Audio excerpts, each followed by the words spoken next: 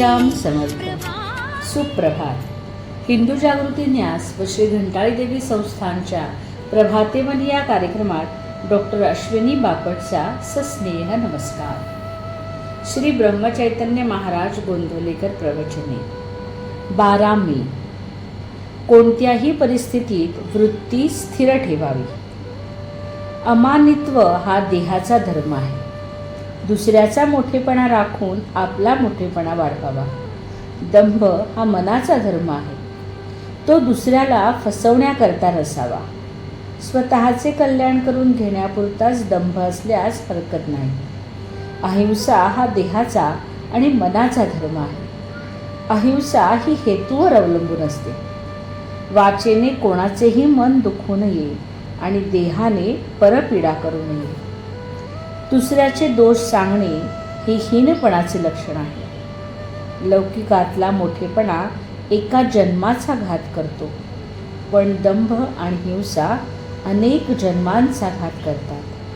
द्वेषामुळे हिंसा घडते, म्हणून आपण कोणाचाही द्वेष करू नये.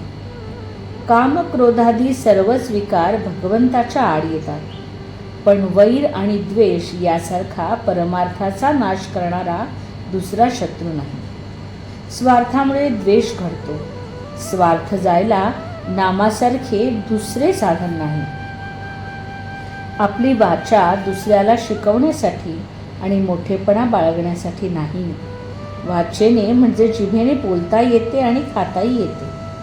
नेहमी सत्य आणि गोड बोलावे आणि खाण्याच्या बाबतीत जीभ आपल्या ताब्यात ठेवावी.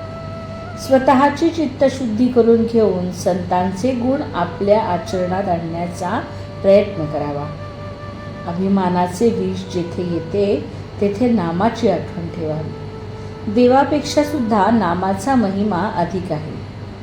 वृत्ती उठू लागली की तिला नामाची जोड देऊन ठेवावी.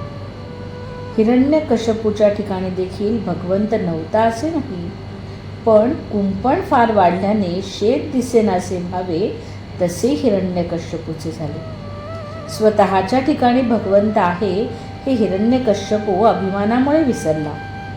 त्यामुळे भगवंताला खांबात दिसावे लागले. अभिमान जरुरीपुरताच ठेवावा. मी रामाचा आहे असा अभिमान धरावा. नामाची कास धरावी. नारायणाचे दर्शन व्हावे असे नाही प्रल्हाद कधी म्हणाला. नाम नाही सोडणार असे म्हणाला. लहानपणाची वृत्ती चांगली असते. लहानपणात चूक नाहीच आणि सगळा फायदाच असतो. भगवंताजवळ आपण लहान मूल झाल्याशिवाय त्याला कृपेचा पाना फुटायचा नाही. म्हणून आपण भगवंतापाशी लहान व्हावे. लहानपण हे वयावर अवलंबून नसून आपल्या वृत्तीवर अवलंबून असते. कोणाविषयी वाईट विचार मनात आणू नये. त्यापासून आपलेच मन गढूळ होते. माझा प्रपंच जसा व्हायचा असेल तसा होवो, पण तुझा विसर मला पडू देऊ नकोस असे परमेश्वराला अनन्यतेने म्हणावे. मला खात्री आहे तो तुमच्या सहाय्याला आला वाचून राहणार नाही.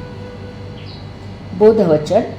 वृत्ती स्थिर करण्यासाठी तिला स्थिर वस्तूवर चिकटवून ठेवली पाहिजे.